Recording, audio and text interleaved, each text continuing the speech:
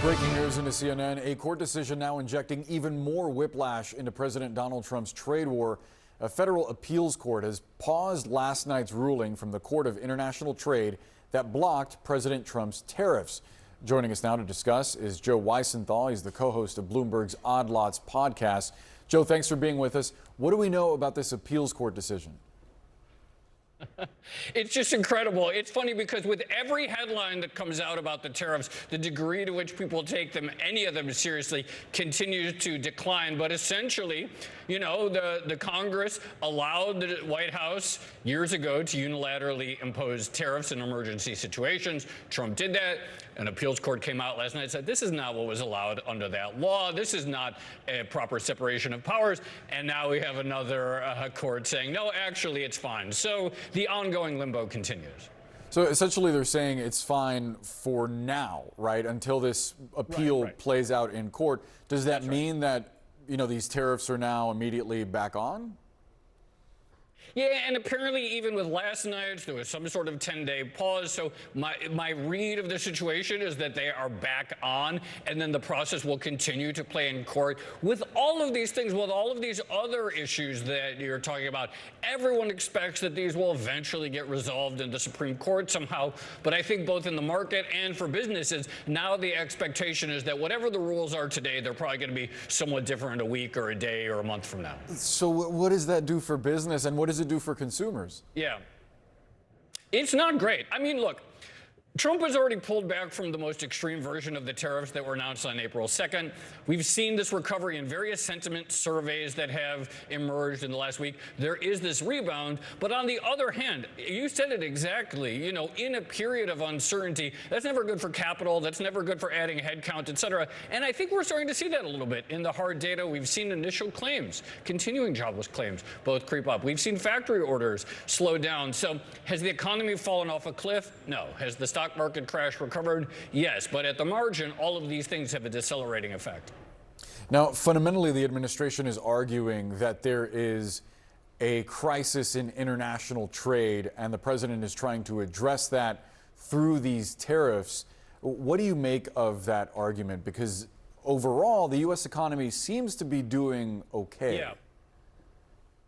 Yeah, I think that's exactly right. I think very few people would look at the current environment and say there is an acute economic crisis, the likes of which Congress would have imagined when it delegated this essentially unilateral fiscal authority to the White House. Now, people may zoom out and look at the big picture, and they might say, okay, there's the declining manufacturing capacity of various key goods happening in the United States. This is a multi-decade story, et cetera. And I think someone could even make the case that there are conditions with regards to international trade that amount to a very serious issue for the United States. But is it the type of crisis in which, you know, other tariffs, such as those applied during the Trump administration, came after an investigative process, identifying what were perceived to be unfair trade practices? Is this the type of crisis that would justify, no, we can't even go through that process? I think people are skeptical that it's that type of crisis, and perhaps that's why, you know, the administration was dealt that setback, which has since been reversed in the court last night. And then sort of put on hold again after that. I do wonder, as you're sitting back looking at all of this, if you think that the administration has avenues beside the emergency powers to try to gain the leverage that it's looking for to negotiate some of these trade deals, because they seem to have options. I wonder how far they can go. Well, look, they did tariffs in the initial Trump administration that survived court battles, but it was a slower process. There was an investigation that took place. It was more about specific areas in which perceived unfair trading practices on the part of our partners were argued to have taken place. And I get the impression that courts will give the White House quite a bit of flexibility down that route, where you establish that one way or another, whether we're talking about dumping of various high-tech things, whether we're talking about, you know, certain things where a country is protecting its agriculture industry at the expense of American farmers. There is a process through which I think the White House can prosecute a trade war in such a way that would be permitted by the courts. Again, all of this could be permitted by the Supreme Court in the end, and that's what everyone is wondering about, whether the heavily Republican-appointed Supreme Court will side with the White House. I don't think it's that obvious which way the Supreme Court would go on some of these questions, but it's very likely that there is a route via which the White House could, put tariffs on more goods or more countries or more partners, et cetera, in a way that the courts would be chill with, just not in this way that everybody gets the 10% blanket tariff under the guise of an acute emergency. Joe Weisenthal, appreciate you navigating these twists and turns with us. Thanks for having me.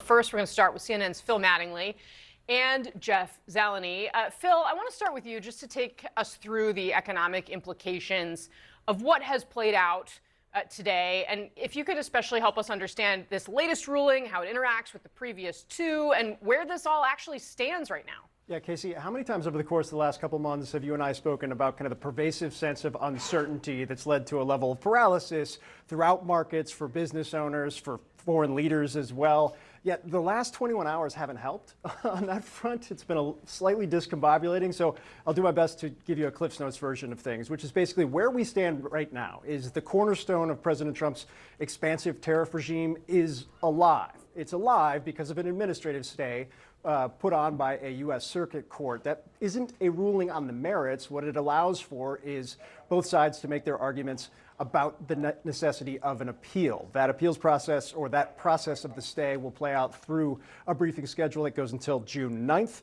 We will see kind of where things land from there. As you noted, the administration moved extremely fast to try and appeal what happened last night, which was essentially a court ruling to strike down the vast majority, really the most sweeping and expansive tariffs that President Trump has rolled out over the course of his first 5 months inside the administration. It was a direct shot to the executive authority the president has made clear he believes he has, but it also throws a very clear wrench into ongoing bilateral negotiations he's had with 18 allies over the course of the last several months. So where do things stand now? There's a wrinkle here. There's actually, as you noted, a second judge, a district court judge, who earlier today also found that the president didn't have the authority to impose these sweeping tariffs on an emergency basis.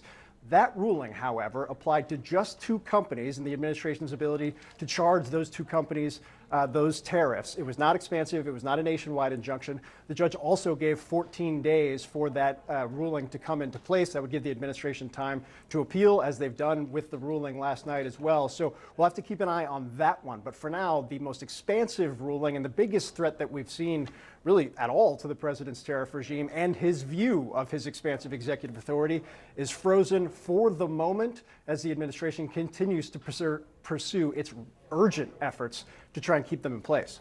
Yeah, for sure. All right, so Jeff Zeleny, help us understand how the White House is taking all of this in. And of course, President Trump is supportive of the tariffs. We showed you, why and how he has been throughout his entire political career.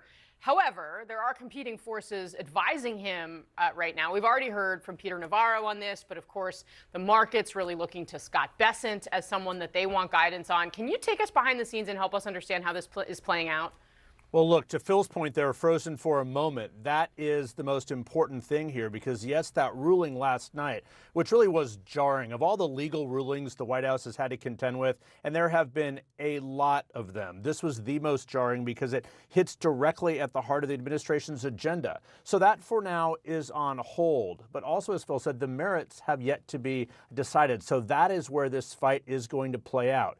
If you think about it like this, yes, the president, as you play there, has long believed in the idea of tariffs. It has been a consistency, one of the few consistent policy views. However, many observers thought at the very beginning of this administration he was kind of doing an end run around this by using the Emergency Powers Act of 1977 to impose these. Well, that is now at issue.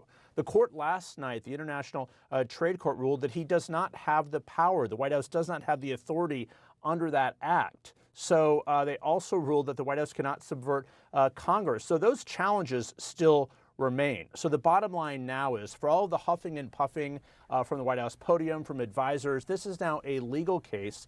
The arguments have to be made in a court of law. And yes, this could still end up at the Supreme Court. It likely will end up at the Supreme Court. The advisors I've talked to just in this short period of time as we've been digesting this have said, but the at the heart of all of this is more than the president's longstanding view on tariffs. It's the method in which he has enacted all of this. So, and we should also point out, even if the legal cases was not this complicated, the tariff case on their own has been so complicated. As Phil was just saying, every country trying to negotiate now, this essentially gives all of them a bit of time also to pause. So the tariff deals will not be negotiated most likely as this legal case is playing out. So yes, it buys the White House some time, but again, they have to hone their argument here about why he imposed this in the first place. Yeah, for sure. All right, Jeff Zeleny, Phil Mattingly, thank you both very much. Always great to see both of you.